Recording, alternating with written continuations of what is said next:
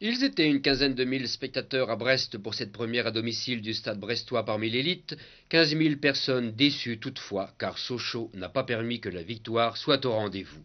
Sochaux en effet possède l'expérience de la première division, et il ne fallut que peu de temps pour s'en apercevoir. Suivez cette action, elle mène directement au premier but sochalien de Benoît, alors que De Martigny avait abandonné Daniel Bernard à son triste sort. 1-0, il y avait de quoi doucher l'enthousiasme. Brest pourtant ne se découragea pas et tenta d'égaliser. Ils y tenaient les Brestois à ce premier succès à domicile. La saison, on le devine, sera dure et il ne convient pas de gâcher des points à domicile. Mais les Sochaliens ont du métier. Floch s'en est aperçu alors qu'il filait au but. C'est ça aussi la première division et le coup franc ne donnera rien.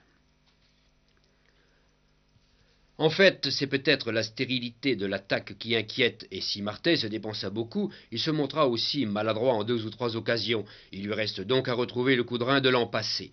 Peut-être faut-il aussi rechercher des raisons dans le fait que la formation socialienne s'est montrée excellente en défense au point de surprendre Kérusoré. Quant à la contre-attaque, c'est encore une arme de Sochaux, on en aura la démonstration avec ce second but.